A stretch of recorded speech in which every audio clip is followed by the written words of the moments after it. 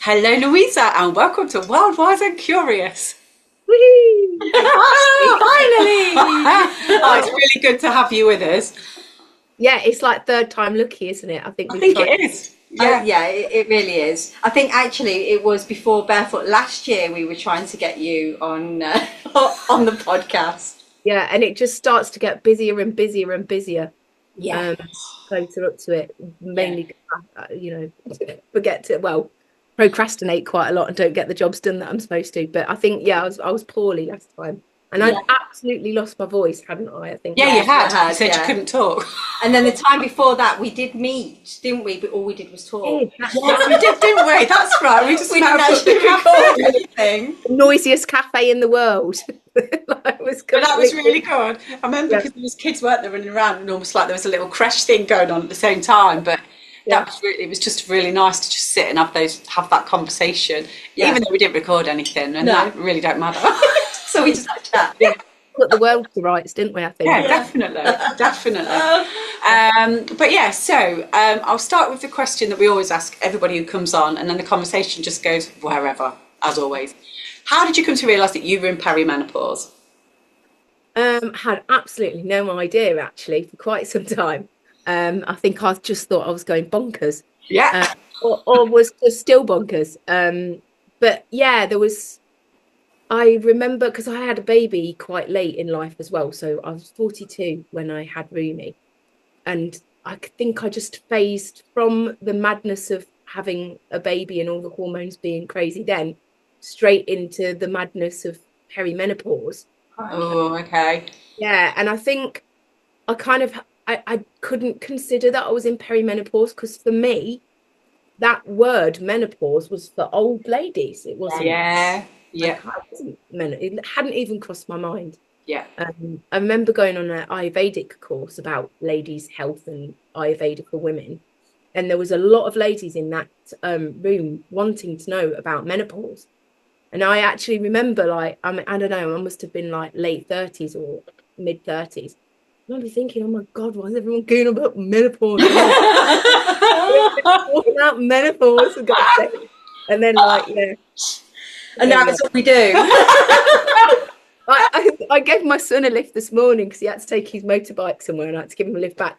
And I said, oh, I've got to get back because I've got to go and do this, little chat with these ladies podcast. That's the word. I can't remember the word. He was like, what are you doing a podcast for? I said, oh, well, it's these two ladies I know and they do a podcast mainly about menopause. And he did his They must be well excited. Who listens to that then? I said, probably other menopausal women. Most likely. I'd imagine that's the demographic. And he's like, yeah, I don't think it would be people like me, will it, Mum? 17-year-old boys. Most welcome. I mean, of course, but highly unlikely.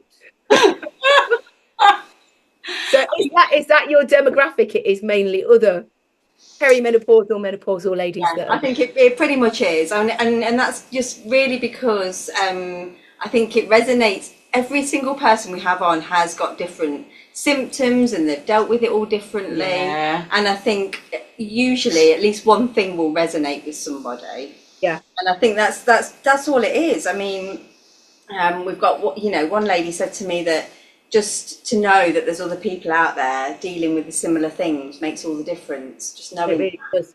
And especially because up until recently, no one talked about it. No one shared about it. I mean, I didn't have a clue anything about it until I got here. Yeah. Especially, I'd gone to the doctors with aches and pains, and I'm a yoga teacher, and I'd been practicing yoga, and I was starting to get to the point where the recovery after yoga was ridiculous, and my joints were aching. So I was thinking, have I got arthritis or something like that? Gone to the doctors. Doctors referred me, went to the hospital. She was talking about me having like fibromyalgia or something like that, because it was a bit like mysterious. She couldn't quite put couldn't quite. And I had blood tests, and then that was when they kind of investigated what was going off, because I was quite insistent, because I was just like, this is not normal, And in the end, he came back and he said, oh, he just kind of slipped it in as he was reading all the other stuff, and he was like, yeah, and you're in perimenopause. And I was like, what? What now? menopause. What is perimenopause? I've heard of menopause. She's menopause's evil little sister. Yeah. That's the She hangs shittest. around for a lot longer. You know what I mean? That's the worst bit. Why did we not know about that? Why is my mother never like, No. nothing? So it was like perimenopause. I don't know what that is. I mean, obviously, all of this stuff. I think there's big people are now like recognizing that there's. I keep seeing like little memes about the amount of money that is spent on erectile dysfunction as opposed to, you know, other women's problems. And like looking at the rates of diagnosis for things like endometriosis, like shocking, absolutely shocking. So I think well done, ladies, because, you know, you get in the vibration and the word and the talk and the discussion and the normality of, you know, chatting about it, which is exactly what is needed. Yeah, and we just do it for selfish reasons because we just like talking to wonderful women. Yeah, and the thing is as well, that as well as all those horrible things, like most things in life, it's like a yin and a yang, isn't there? Oh, hugely. Equally with all the bastard shit that goes. Sorry, my last. Yeah. All the stuff that goes with perimenopause. There's this other side of like freaking suddenly women fall into these amazing spaces of, you know, like literally wise wisdom. Yeah. And wild cracking, isn't it? It's like shedding all the shit and going, actually, you know, the conversations that we were all talking about earlier, when do we sort of just concentrate on ourselves and go, sod it, I am going to go off and do this, or I'm really going to concentrate on myself, or I'm going to write that book or visit that place, or, you know, like find that thing that makes my cup full or makes my heart feel full. And it's just like there is a lot of magic that we've found, that a lot of the women that we're talking to have been, you know, they were on this trajectory, they worked in like a normal kind of job, they got to midlife, perimenopause started to happen, and they were like, I can't do this shit no longer, it's not serving me, I don't want to do it. And then people are just totally changing the trajectory of their lives and falling more into like the heart-led work, aren't they, and sort of like earthy stuff. And it just feels like, yeah, we started talking about perimenopause because, like you, I didn't even know that perimenopause was a word when I first heard it. But we've found this amazing little magical thread that kind of also accompanies all the shit that makes you go, ooh, there's another potentially 50 years where I can do all the magical shit that I wanted to do that I've just not had a chance to do yet. We keep talking about poo, but it's really relevant. Did I say poo then? Yeah. Shit. I said shit, yeah. Oh, and I was just before as I was waiting, because I thought I'd be organised, because I'm absolutely rubbish at Zooms and something always goes wrong. So I'll sit down half an hour before to make sure I do it properly. And I was just having a quick scroll through of my phone, and this on one of the occasions that I was trying to move to Cornwall, I was trying to move to this like community space, which is not far from Falmouth. And I think there's a Channel 5 programme out about it at the moment. Okay. Yeah. And they were cleaning out the compost toilets. And we've got compost at Barefoot again this year. And there's lots of stuff about poo. You know, the other documentary on, is it Channel 4, about the sewage farm. Yeah, the leak. Yeah. And all of that kind of stuff. But I remember when I was doing my yoga training, like you have to do Saver, which is like selfless service to the running of the camp. And you get designated. I don't know whether you like literally pulled out of a hat. I can't remember how they decided who did what. But every goddamn time it was me on the toilets. Every time I was eating shit. There was other people, they were serving food, and I remember like, why don't I get the service of food? You know, because you've been doing the shit. And I said this to a guy. We were both cleaning out the toilet, so I can't remember. And I was like, you know what? Every time I come, my saver is cleaning the toilets and dealing with composting toilets and stuff. It's like, well, you know, it's the closest to God. That's what they say. You know, it brings you closer to God. It's the most, you know, important work. So there's definitely something in it. I've talked to people about probably more than I should do about shit, and how like literally you've got to deal with your own shit, haven't you? And the people do not deal with their shit. and we live in compost toilets are great because we live in a world where we have our nice little porcelain loos, and we do our business and we flush it away, and we don't know what happens to it No, afterwards. we don't think about it, do we? Once we've flushed it. Yeah, we don't even think. And I think on a like metaphorical level, and an energetic level, again, I think perimenopause pushes you to deal with that shit, because you've probably been dealing with everybody else's shit forever, Yes. forever, in a literal sense. Yes. Physically, yeah. In all sense of the word. Yeah. And then it's suddenly your shit gets put on the side, doesn't it? It's kind Well, of you're getting blocked up, aren't you? exactly. Point. Yeah, absolutely. And there is this kind of, I guess, massive release of like, right, okay, now you start dealing with your own shit because I need to deal with mine. Yeah, and I think you're forced into it, aren't you, because of everything that goes off. Like for me, I think it was the health side of things. Like I did a bit opposite to what everybody did in COVID. I've always done what I want to do. Yeah. I think this is another thing that maybe we could talk about is ADHD with perimenopause. Yes. It was a whole different kind of ball game as well. And I found that really, really challenging. But I have had not a recent diagnosis. I've been diagnosed for about 5 years, I think. But yeah, that is a whole other game. I started doing Barefoot Festival by accident. Not by accident. It was after my husband died. And I kind of was like, I just want to gather all my friends together in a place, because we go through life, don't we, going, oh yeah, we will meet up, yeah, let's get together, yeah, you can do this, and you just never do.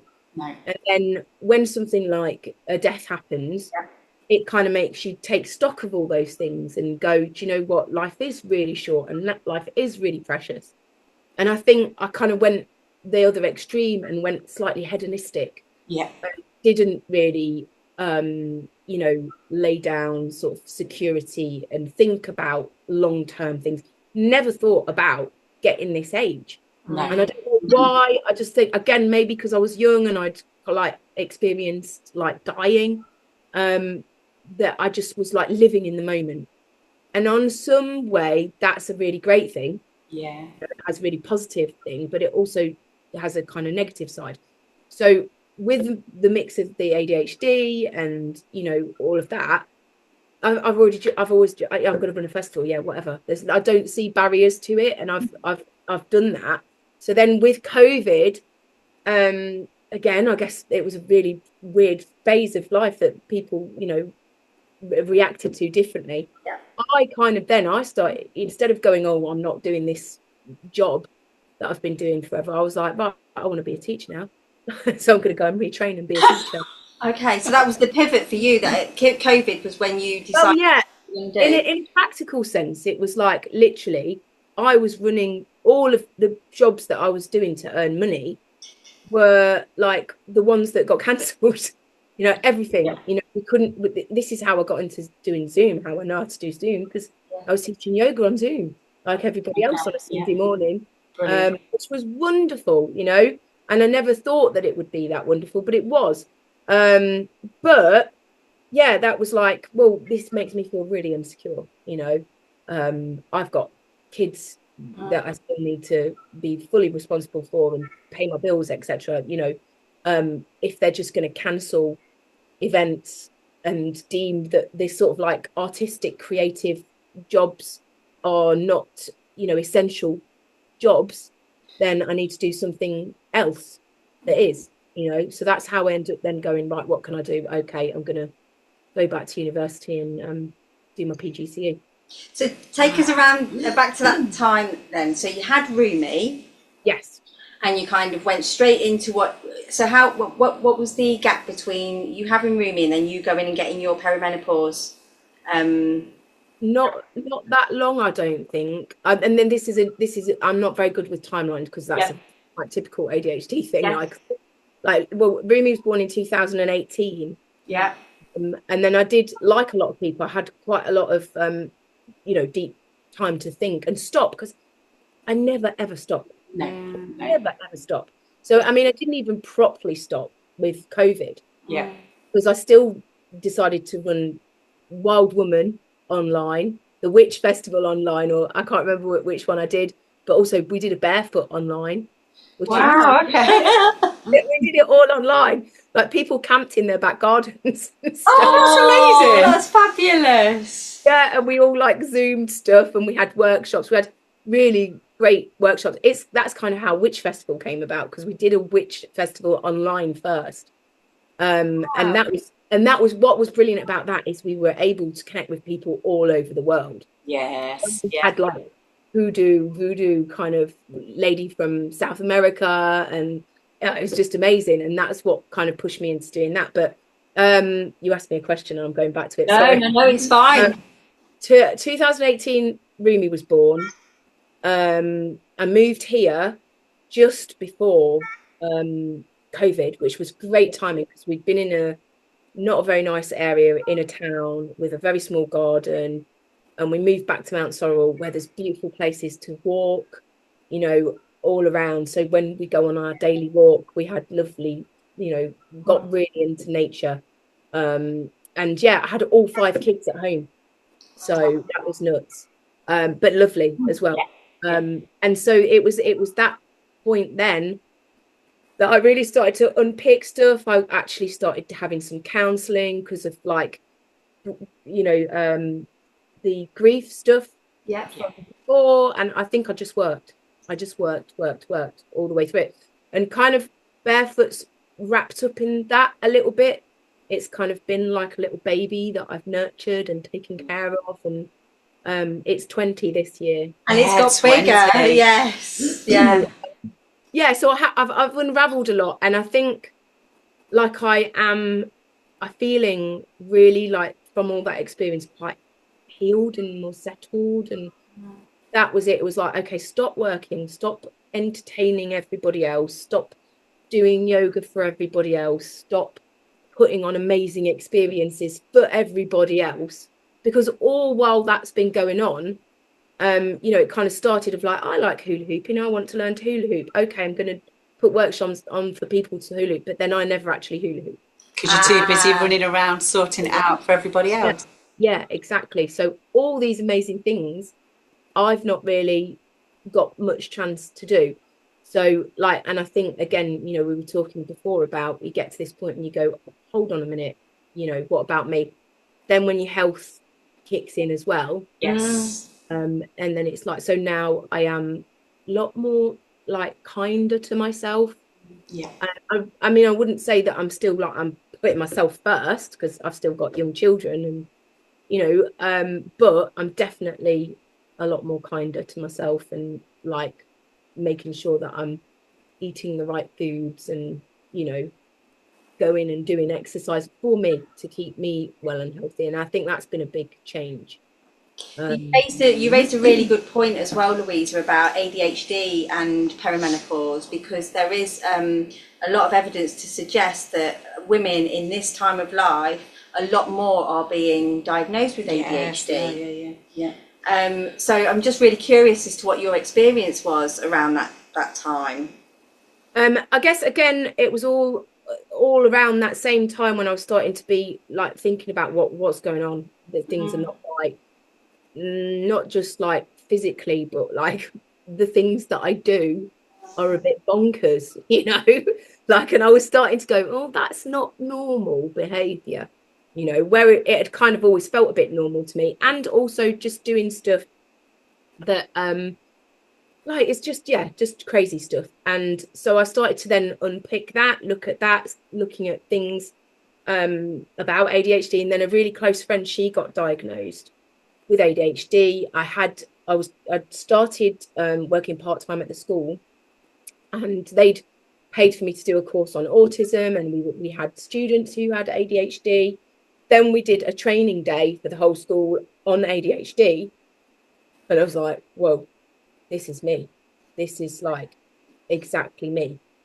And then it met all the things that I've done in my life kind of made sense, like barefoot and everything. I'm sure it's all been massively entangled with the fact that I've got ADHD.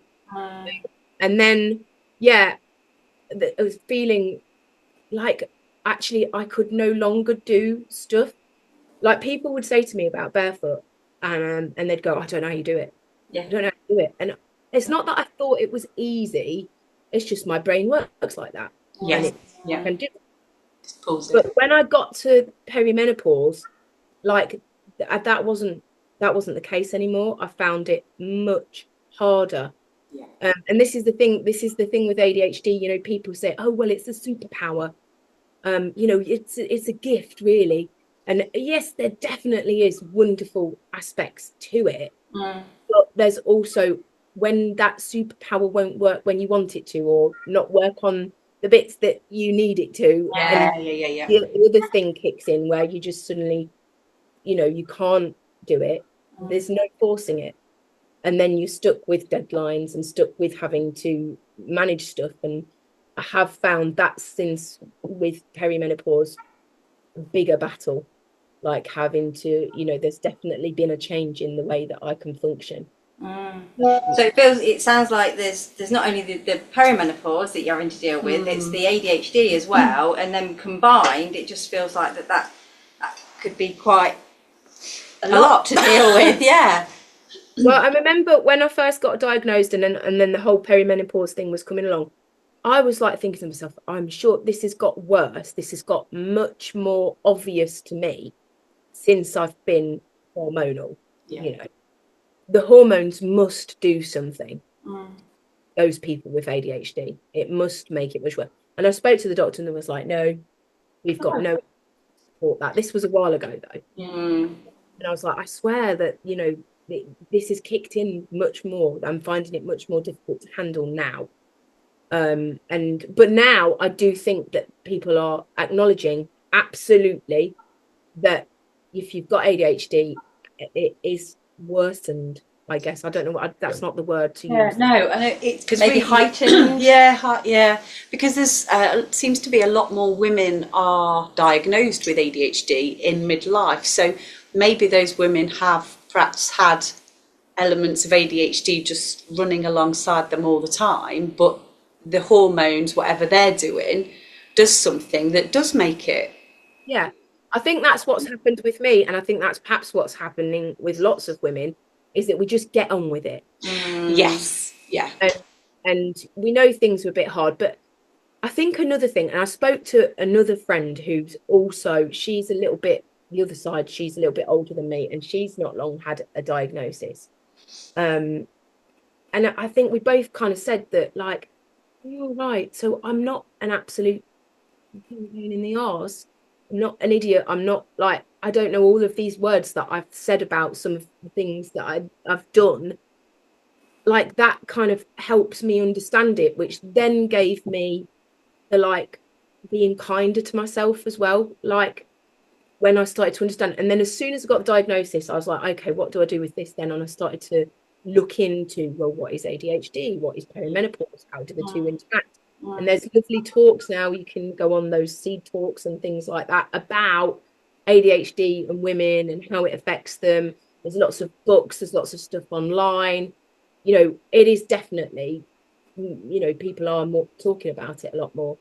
But it forces you to have to change, because I am forced to, I cannot go at the rate I have been going. No. Half of that is that I just can't do it. Like, my brain is not capable of doing it. The other half is I no longer want to do it. Yeah, and they're two very different things, aren't they? Like, I mean, I don't know, everyone's experience is different, but with ADHD, I want to do something and I'm dead interested in it, and I will obsess it and hunt it down, and, you know, I will do it. I'll do it at 3 o'clock in the morning. Yeah. It's like, you know, that's how I get. Yeah. But then when my brain's gone, I don't really want to do this anymore. I want to actually just go in my garden and plant some calendula. I do that. I do that too. I do that too. I've lost it. I've switched. I cannot force it. No.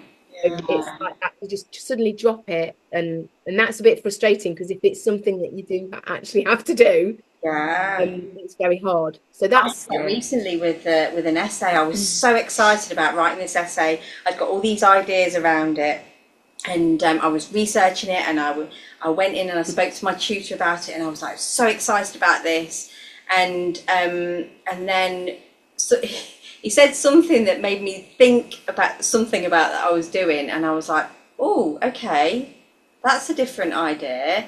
And then within minutes, I'd lost the train. I didn't want to get on anymore, and then I really struggled to get back on to write the thing that I wanted to write, because you know, just that one comment, bless him, he was absolutely right with what he said.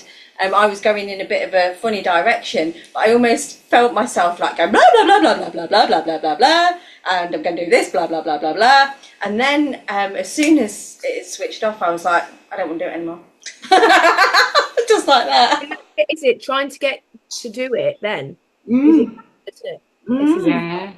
I'm really stuck in a rut at the minute, because I'm back at uni as well, and I've got another 18 months left on this PhD research, and it's a creative one, and it's looking at the lack of perimenopause on TV drama, the representation. But as part of that, I'm writing a TV script and a book that kind of is the story, so that I can basically adapt the book into a script. And like, I set everything up. I get halfway through, right, oh, let's do some character bios. And it's the stuff that I'm really interested in. They're really earthy characters, and they're like all sort of magical people that I love being around, that I'm writing stories. And I sit there and I get all excited, and then all of a sudden in my head I'll be like, oh, I've not put that garlic in the garden. Oh, I'll just go and do that. Then I'll go and plant the garlic. Then I'll see something on the table and I'll go, oh, that needs to go upstairs. Oh God, the stairs look dusty. And then I'll hoover.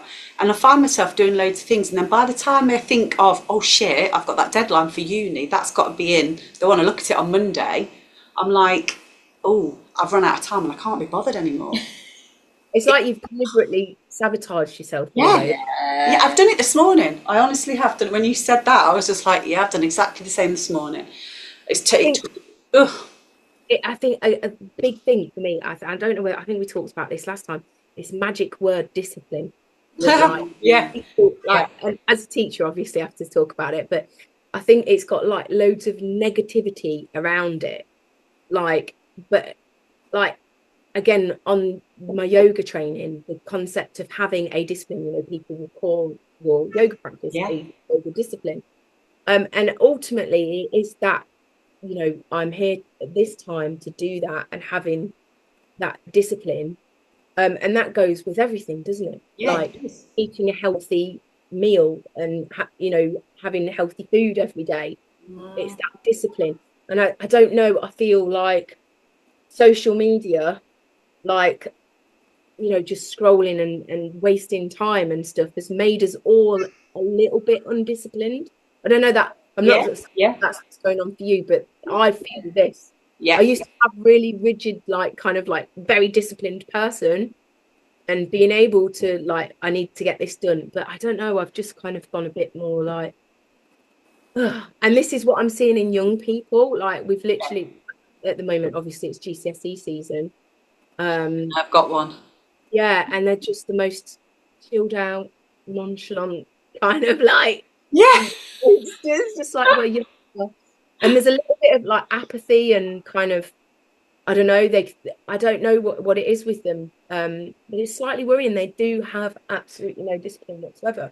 And when if I said to a teenager, well, you've got to have discipline, that'd be it'd be like a horrible word that I've said that would it put them off. But I think it's actually a brilliant thing. Well, it gets stuff done, doesn't it? It gets shit done. Going back to the poo bit, but it does, doesn't it? Because if I kept my arse in my seat in the little office and worked through the things I needed to, instead of hoovering the stairs or I would have had 3 solid hours this morning of productivity, and instead it's just been bits. I don't know.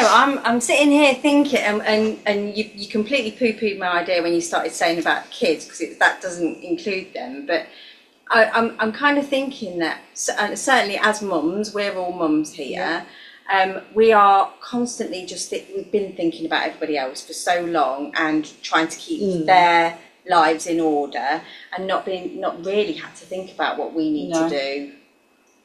other than in the realms of keeping everything going in the family. Yeah. I don't know. I think for me, there's an element of, I actually don't know how I work best, because at school I didn't work very effectively. So I feel like I'm still trying to find out how I work best going with my uni work, which is ridiculous at 50, because I've never really had this opportunity to find out how do I learn best. But maybe, does that make sense? Yeah, it does, totally. But maybe if you had gone to uni as an 18-year-old, you may have learned different to how you're learning now anyway.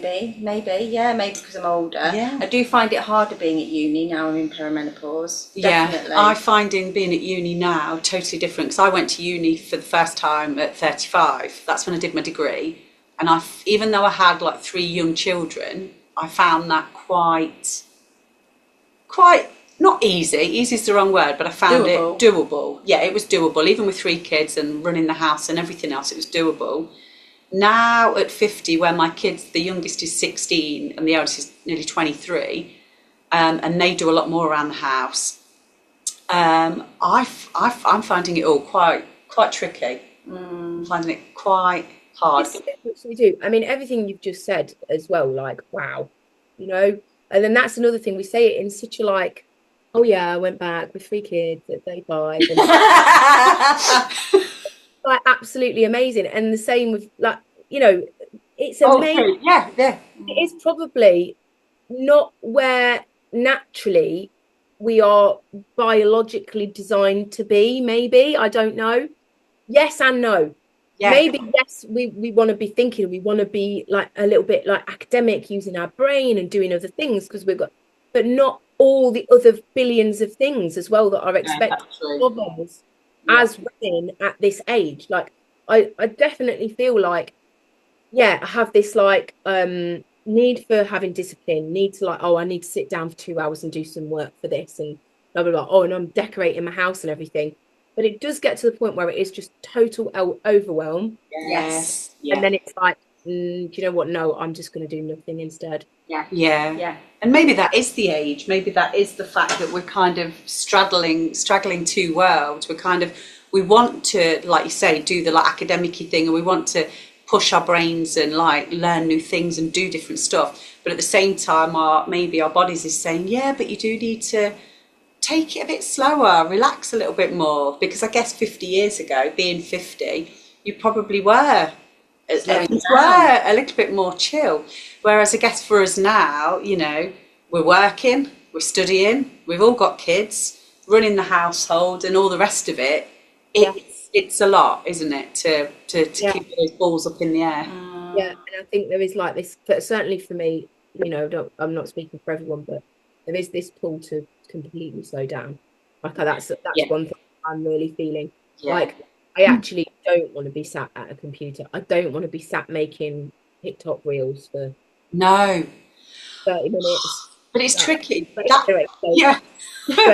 yeah, I do want to be out in the garden a bit more. Yeah, same. But I do think, as well as people acknowledging that, you know, perimenopause is this kind of thing, I think also there's these massive expectations on women anyway, all through their lives. Yeah. But especially now, it is literally like you've got to have it all. Yeah.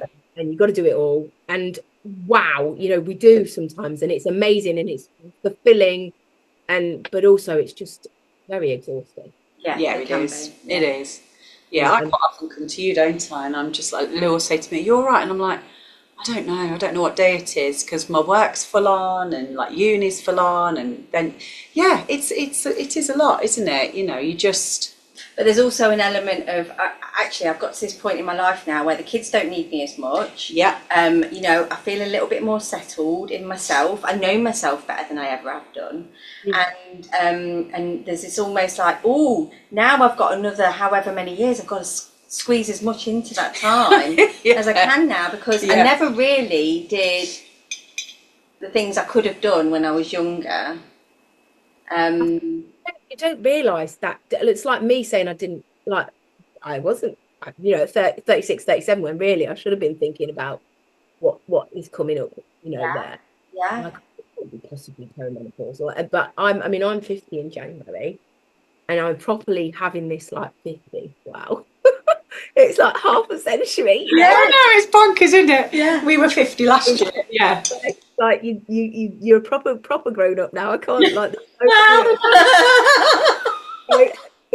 and yeah, so that kind of weighs a little bit on you as well. It's because you do think, oh my God, what am I going to do with this one precious life now? Because I'm Yes. halfway through it. Or, Yes. you know, And it's gone in the blink of an eye. Oh, God, hasn't it has, hasn't it? You know, Yeah, it that's doesn't seem 5 minutes since our kids were tiny, and yeah. and like you kind of, I see these things like I was watching a thing on children's programs. Ben 10 is like flipping 20 years old or something like that. No, he's not. Well, that would be But he's got his own right. kids. Because How is that possible? Do you know? But I'm sure that was only 3 years ago. You know, my mom. That's how I feel with it. And that weird baby in the sun, what was that? Teletubbies. Teletubbies. Oh my God. I mean, the kids didn't really And they're watch. like really old now. They're really old now, yeah. I say think stuff like baby in that. the sun has got a baby, hasn't she? No. Yeah. Yeah, I think I saw that the other day. But that's the thing, isn't it? It's like, you know, when people flow down that, oh, do you remember 20 years ago? I'm like, I don't know, 20 years ago, because clearly I'm only 17. Exactly. But I think the thing that got me was it Nirvana's Nevermind, when that baby's a man. And you're like, no, but it can't be, because he's still a tiny baby on an album cover. So this is where we are these, like we say to the kids, you know, and I remember people saying it to me, oh, make the most of it while you're young. It goes, Yes. Yes. well, it literally does, doesn't it? That's us now, isn't it? So we have got this like kind of pressure, but I'm really gearing up to try and like I've had enough of it now. Yeah. I'm not saying because I have said before I don't want to do barefoot anymore, and I don't want to make this big dramatic. Oh, this is the last year, because I did that before. Yeah, I remember. So I've like said to my kids, I'm not saying that. But what I want to do is I do want to change it. I'm going to have next year off. I'm not going to run barefoot next year because it is my 50th and I'm going to celebrate the whole year. Yeah, Good for you. Yeah, we did. Yeah. So I was coming to barefoot last year. Yeah. So I want to do stuff in the summer. I want to go to other people's festivals and Yes. you know, really about. And do the hula hooping. Yeah, now have a go at hula hooping Yeah. and all that kind of stuff. So I definitely don't want to do it next year. And then my thought is that if and when I decide to do it again, I want to go back to like proper like old school stuff, like when I was younger, like the cool raves, like you had to have word of mouth, and you know, not everyone knew the location. Me in a car park and follow the car in front. So that's what my desire is that I'm going to go, maybe even like it's going to be all done through the post. You know, or something. I'm not quite sure. It's going to be word of mouth, invite only. So you're going to have some kind of like special code or membership. And you only have like, there's got to be like a link and a referral. Like you've got to have come to Barefoot before and you have to be like brought in. You know, like these like bunny clubs with like handshakes and stuff like that. An earthy one. Yeah. So I just think that that's the way I want to go. I literally don't want to be on social media having to like go, come on to the festival. It takes up so much time, doesn't it? I mean, I only know for the podcast, and sometimes you like sharing and liking, and it's brilliant, but then you're like, oh, you're talking about all the things that you want to do, but you're actually spending the time on the screen talking about the things that you want to do. But also, it's very noisy. It's all so noisy, and I don't want to contribute to that noise. But then how do you get people to see what you're doing? Yeah. It's this catch-22. It is a catch-22. It's really quite difficult. It is. And there's a lot of pressure to be out there and to be being seen. It's like the new kind of like, have you got a presence there? Is, you know, how many followers have you got? It's like, and especially I think for younger people, but I think we've just also got to like invest in those alternative ways of doing things. Like I know that people are, I saw a couple of days ago a couple of people saying they've had enough of Facebook. Yeah. But and they're coming off and people are having breaks and stuff like that. We've got to do stuff like that. And business can't be just solely reliant on that. No, it can't. Other platforms, I think, and other ways of doing things. So that's my thinking, that I'm going to try and make like a mailing list or something and make it a little bit old schooly. Do you remember? Is it Bad Neighbours or something? The film where he goes, they've got flyers, and there's it who gives out flyers, and it's like old people. I'm going to be doing it old people ways. I'm going to still go out and put flyers. Post. Oh, God, yeah, absolutely. I mean, that sounds a good way to do it, doesn't it? We always talk about how can we do this life differently? Things. It's not like conducive to a sort of healthy, happy life, is it? Sitting in front of the screen and trying to tout your business and talking about the things that you're doing. It's not. I'm telling my kids not to doing it, but then I'm doing it as well. So that's like. Oh, the same here. Same here. Yeah. I think the most important thing is that we all get together, isn't it? It's being with each other, and I think that's become quite hard to do. And I think but because of that, it's become more important. That we do actually spend time with each other. Yeah, in real life. IRL. Yeah. But that's it. That's the discipline thing again, though, isn't it? Yes. This is where discipline is more friendly. Yeah. When if you say I am going to see my friends. I was talking to someone the other day, and we were trying to arrange a day. Even my kids trying to arrange. I want my boys to move something for me, but trying to get it so that we're all three of us at home at the same time is near impossible. Yeah. And then a friend of mine, we were like, "What are you doing this weekend?" No, I can't do that weekend. And it's like, wow, how is it that hard just to go and see your friend? Yeah.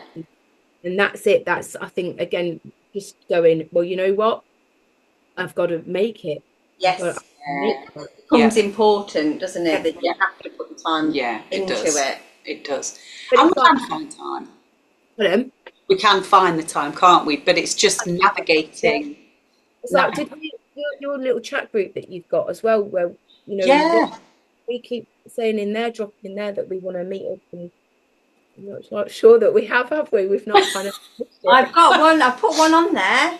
Oh, did you? Yes, I put one on there, but I think it's. I think a lot of people can't come. Yeah. But have a look on the group, and you'll see there's been an invite go out. Yeah, because I think like that's what you're saying is really important. We need to. Community, isn't it? People and hug each other and talk. Be together. With each other. And I think for me as well, it's the no expectation, like the not having to offer a service or a ceremony or something. It's just that getting people together, and for me, that's become really important. Yeah, and I think that's what's lacking, and I think the only thing is that people want to monetize everything. Yeah. And I was thinking about this the other day. There's a lady down in Cornwall, and whenever I go, if it coincides nicely, I go to one of her singing groups, and it's just absolutely gorgeous. Like it makes me so happy and full of love, and people are so friendly. And like the first time I did it, like I just kept crying because I was so emotional. Oh wow. Doing these like folk songs, and she gets you in your like your pitch, and it's just such a magical experience. And I came back home and I was like, I'd really like to find a singing group like that up here. Like this lady is quite magic and unique. Yeah. And then I saw an advert came up on my phone for women's, and I was reading it and I was like, that sounds exactly like it. Oh yeah, I'm so excited. And then it was like 55 quid to go. Oh wow, okay. Wow. I simply cannot afford that. Yes, no, same here. We have had the same conversations about exactly the same thing. Yeah, about singing. Because we had Emily on the podcast. Was it last week or the week before? I did that. Yeah. So and we said exactly the same thing. But I am going to one on Saturday. I'll send you the details because it sounds very similar to what we're looking for. Yeah. Well, the lady down in Cornwall, I think she charges like, I don't know, 8 quid. And it's for like about an hour and a half, and then you hang around, have a cup of tea and biscuits afterwards, and that's manageable, isn't it? Yes, like, yes, it is. Yeah. And because of that, she's got an absolute packed out room of people who are there every week, or people like me who only go whenever they can, and that's just wonderful. I just think like that's what's missing a little bit of sometimes people. And I'm not saying do it for free, because we've all got bills to pay, but maybe as women we just gather and say, come round my house, and we're just gonna sing, we're in the garden, and we're just gonna sing, and it's build a fire and sing. That's all I want to do. Because that feels quite ancestral, doesn't it? It feels like we're really connecting with our roots there if we do. And there's nothing in it. There's no like ego. There's no, oh, I want to put it on social media. Oh, I want to get more likes. There's no like hidden agenda of it purely being like women or and whoever. It doesn't have to just be women, but people gathering with their families, with the kids. I mean, that's another thing that I find. Like my kids, I had older children, and then I've also had younger children. So my youngest is still only 7, and I'm a single mother. So if I want to go to anything, like, it has to include them as well. So it needs to be inclusive financially, include people financially, and include people with kids. And there's this lovely event that I want to go to, Solstice, and I keep looking at it and I'm like almost tempted to buy the thing. I feel like I have to ask, are kids allowed? It doesn't look like kids are allowed, or it's not made for kids, because I've been to a couple of like healing medicine folk festivals and stuff, and wonderful. They're doing the work, they're doing a spiritual work and everything, but kids are definitely not involved. And again, I think finance makes a big impact. And that's a big thing for me behind doing Barefoot, is like, obviously I can't like do it for free because it just costs so much money to put on, but it needs to be inclusive. It needs to be that if you are there and you're doing yoga and you've got your kid with you, that's totally allowed, and encouraged and welcomed, because they're often single mothers on low incomes, from other backgrounds. They're the ones that actually need it the most. Definitely. And I think we're not doing things just for the pure love of it anymore, and that kind of makes me a bit sad. Again, with the whole social media thing. How many times do we have this conversation about it? And it's part of the reason of the group and doing other things and things that we want to do in the future. It's about looking after helping to look after those people that perhaps they haven't got the access. I mean, I couldn't afford to go to a 50, 60, 70 pound for a day retreat, I couldn't do it. Well, it becomes what your priorities become, there's this event I want to do, or there's this I need to do, and like, oh, okay, that's going to have to go because I need to prioritise, and it's unfortunate. I mean, we're the same. I'd love to go to all these events, but I just can't afford it. I just can't afford it. And then you have to make sure that it's the right thing for you as well. Because the thing was that one, so I won't mention which festival it is, but I went with my kids. I paid a lot of money for it, and I ended up coming home on Friday, I think. So we'd arrived like Wednesday. But it was that, like, it was a really strange atmosphere. It was all a lot of kind of wealthy, white, kind of maturer people. It was a very strange thing. There was a lot of people doing medicine for not the right reasons, and it was all a bit weird. So I was a bit like, I don't feel comfortable here at all with the kids. Maybe if I was on my own, I'd have been having a nice time, but like, I don't know. No, it just felt all a bit wrong. So we ended up leaving. So, and then that makes it even harder because you've made it, you've put the outlay with the finance and chose to go for all the right reasons, and then it's not very all-encompassing and all-welcoming. So I think the events need to change a little bit. I think there's been a lot of stuff that's excluding a lot of people who need it. Again, though, a lot of it is just community, isn't it, Louisa? It's just like we need to build our communities. Be with each other, and there not be an ulterior motive. Or a monetary exchange. It's just be with each other, and it's like, how do we do that? That feels to me that like the most organic thing. I suppose it, once you've built your community, you could perhaps, hire, if there's too many of you to go and sit around someone's house, you could just chuck in a couple of quid each, couldn't you, to hire a space or go to the park and have a picnic and have a sing-song. And we can do all these things, but it is, I think, you've got to build your community first, haven't you? Because then once you've got that, you actually don't need so much of the external stuff. No. Like, I think, just gathering and, literally just around fire. Yeah.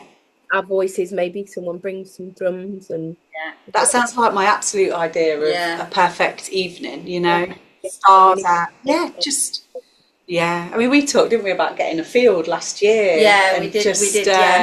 Just inviting friends. But it got to be so expensive just to hire this field. And obviously you know all about that. I know it, and then all the other stuff that would come with it, and it was just, it seemed like so much of a ball ache that we just didn't follow it through. We just need someone with a big field. Field and a woodland. Yeah, that's all we need. If anybody's got a field and a woodland and they want to let us borrow it. Yeah.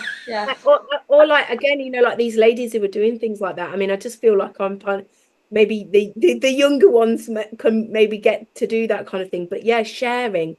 I think we look at the way that we do things, because we're also almost like a Victorian idea of, this is my house, my property, and my children, and each of my children have their own bedroom, and that's it.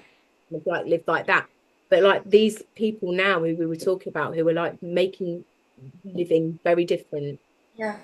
And putting it in, and skill sharing and all of those things. I think it is happening. I think people are see so much more of it now, don't we? I mean, I know it's the was it Devil and Eat Blue, isn't it? Because you kind of see it all online, even though we want to extract ourselves from online. But that's really where we're seeing it all, aren't we? And there are, because I probably like you, Per, I follow so many people who have kind of gone off grid, or they're living in a community, or they've bought, like we were saying before, about buying the apartments, and like just all women living together, and or people like putting all their money in and buying like a battered old house that needs doing up, and it's got 30 acres and they're farming the land, and they're homeschooling the kids because someone was a teacher and someone, is a brilliant cook. And I mean, that just sounds absolutely beautiful, to be fair. I just don't think we were meant to do all this on our own. I don't think so we weren't meant to parent on our own. No. We weren't meant to be in communities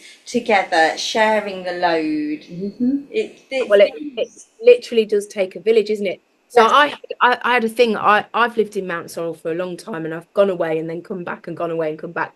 And I've been here like 5 years.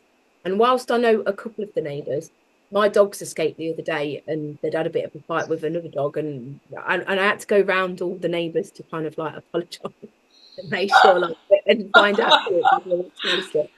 But as I was going round the neighbour's house, I was like, made me realise how isolated we are. We live so close to each other. They must know me, but we never say hello to each other.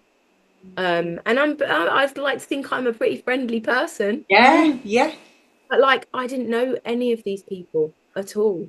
And it was a bit of a weird experience. Like, and then I got talking to a lady across the road, who she was really, really nice, and it's the first time I've spoke to her, and she's actually just sold her house and she's leaving. Oh no! Okay. We had this conversation, and it kind of a bit shocked me, because I was a bit like, wow, I've not made the effort. They've not made the effort. We live right next to each other, and like, we just don't talk. Yeah. We're all so busy, aren't we? You kind of, going back to what we were saying earlier on about all the things we're juggling. It's almost like you get home and you kind of think, oh God, I've got to get out the car, get the shopping into the house, or get the kids into the house, and then I've got that phone call, I've got to cook tea and all the rest of it. Whereas I guess, again, 50 years ago, are like, my mum and dad, they know everybody more or less on the street. I mean, people have come and gone, but they'll know what so-and-so 3 doors up the road has had for tea that night. Probably not quite in as much detail, but they, they're in their 70s and they just know more. I mean, but ours is the same. I think we've been in our house about 22 years. And we speak to probably about 4 lots of neighbours, but 20 years and 4 lots of neighbours. Yeah, no, it's crazy, isn't it? No, I should know everybody on that street. Like my parents, when they knew it, they did know everybody on the street when they were younger. There is something just gone, and I think we're finding the community on this, aren't we? Yes. And that's taking that need for community. But again, it's going back to what you said, the in real life, we need to have that discipline, make that time to make those connections with each other. Because otherwise something's going to go very, very wrong. I was reading something the other day about dating for young people, and like young people were saying that they've never ever like had that experience of like going up to someone and chatting them up, and because everything's online. Yes. No experience. So like when we were younger, we'd go, like, I mean, I don't know about you, but go to the bars and you get guys coming in and chatting. You know, have a few drinks if you fancy. The eye over the, dance floor and accidentally bump it, all of these actions. And it was great, right? It was great. I mean, am I on my own? It was good fun, wasn't it? It was great fun. It depends. What was sad about this is that it was to do with the young people, like, have got like massive anxiety about doing it. Definitely. About going and chatting to people and making those connections because they've just had no experience of it. So like that kind of is really sad, and there's gonna, I think, and here we are, we're like the wise and wild and wonderful older women talking on Zoom.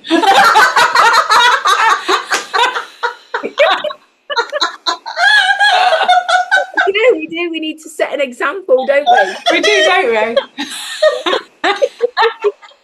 But we definitely have to follow this up with meeting in person and sitting around that fire and singing. Yeah, definitely. Absolutely. And that's what I'm going to have my whole year off next year. So if you want to meet around a campfire, 100%. Absolutely. Yeah, we spent the whole year celebrating our 50th.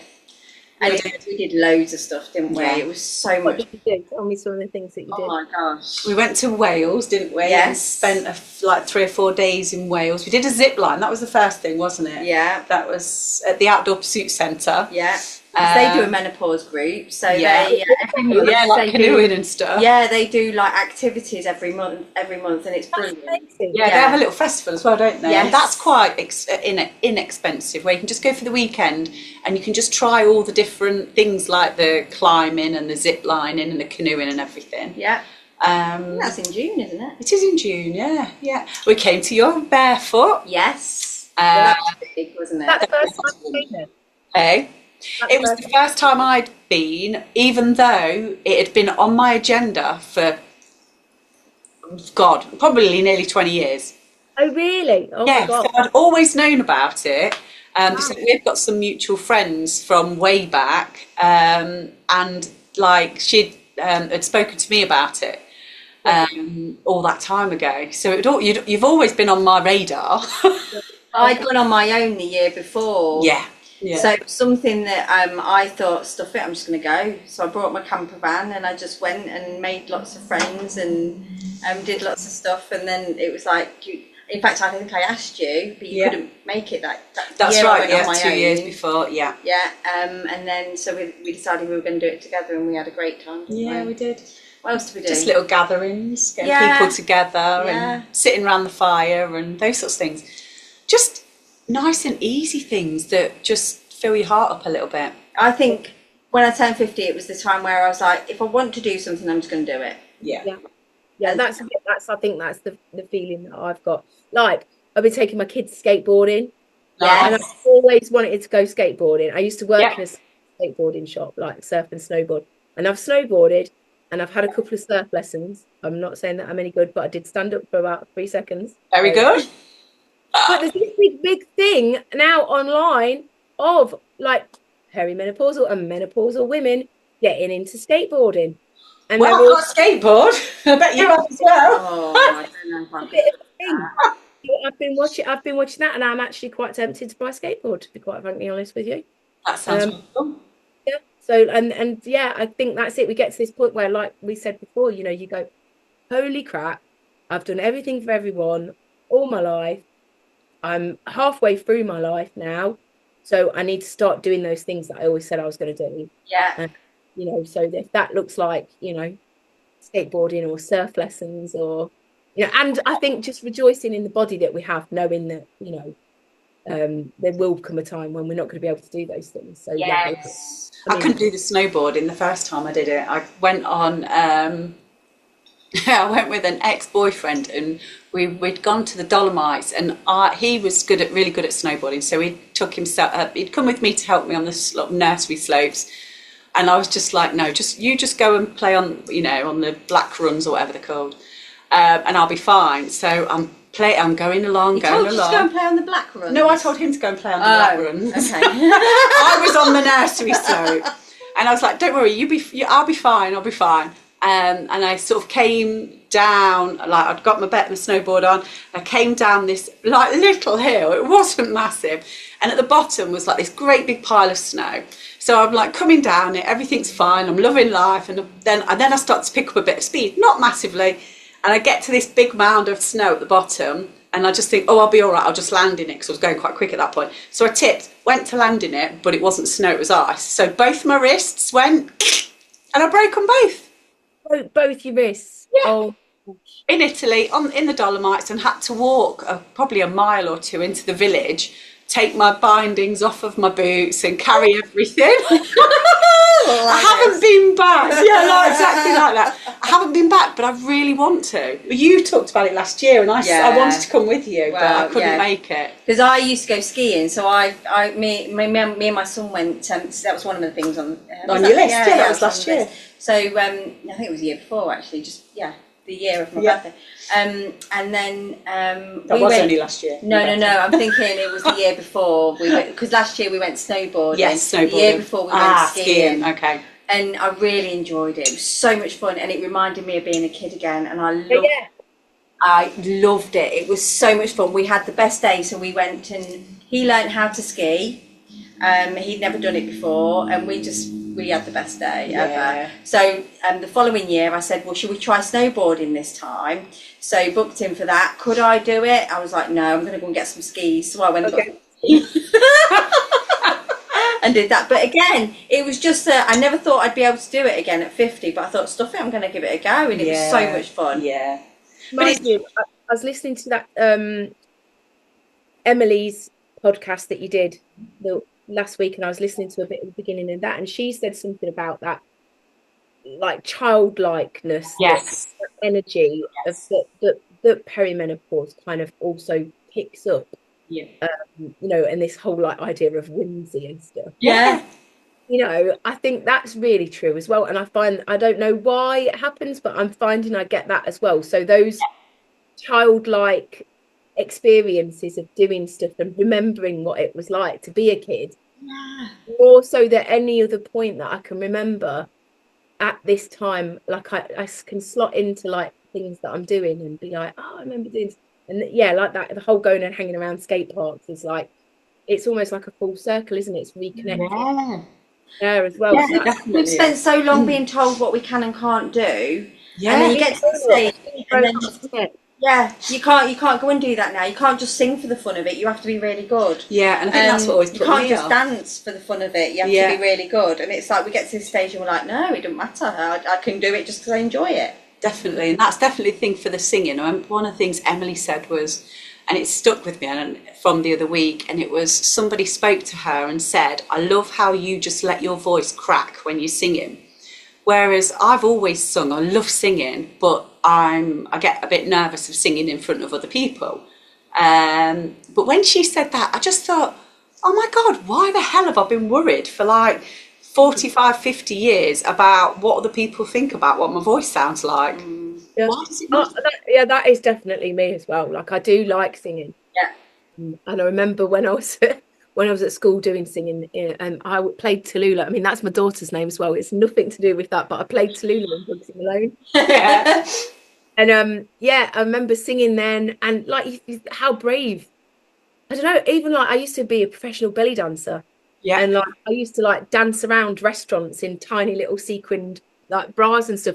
But then something happened in my like late 20s, 30s or something, by suddenly like I got uncomfortable about those things. Yeah.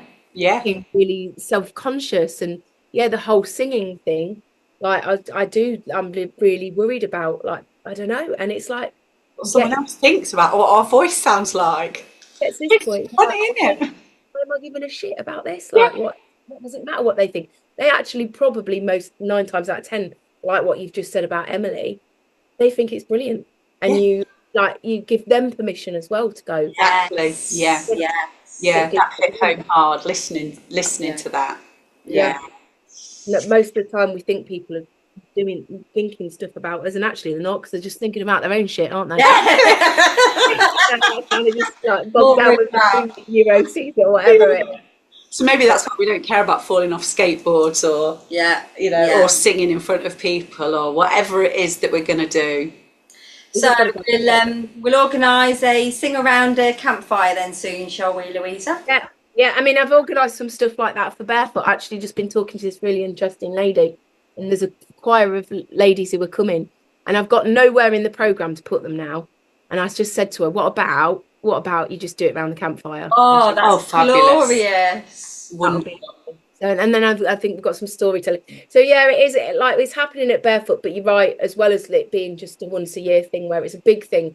I can't do that anymore. It's getting too much for me. So I'd rather take it back to more regular, smaller gatherings. I'm just thinking, I've got a friend who could probably be nice for you to talk to her on a podcast as well, where she's got a little bit of land and she's doing some amazing stuff with forest management and forest school stuff, and that sounds gorgeous. Over in Grantham, so we'll maybe have a chat with her, and she's just got that started and going. So again, there's people doing it, and I've got my teepees because she's provided me the wood for my teepees. So doing forest management in this bit of woodland that she's got. And I said, I don't suppose you can get me some teepee poles, can you? Because I've got 2 teepees. So yeah, hopefully they'll be up at Barefoot this year. So she, bless her, was like preparing them. So you hopefully get to do some things in teepees. Wow. I'm just going to put them up. Yeah. So that see what happens. Yeah. And just chill out. And that's nice. The teepees, you would love the teepees. Oh my God, absolutely. Fire in the middle of the teepee and open the smoke flaps and sit down. Oh, yeah, that'd be glorious. I could live like that with some land and a woodland. A composting loo. And a composting loo for my poo that I could then feed my potatoes. Again, aren't we? Full circle. Well, on that note, Louisa, I think it's time for us to end on poo. End as we began. It's been lovely talking to you. Thank you so much for spending time with us thanks today. ever so much. It's been really lovely. Yeah. No, thank you ever so much. Right. See you later. We'll see you soon. Bye. Bye.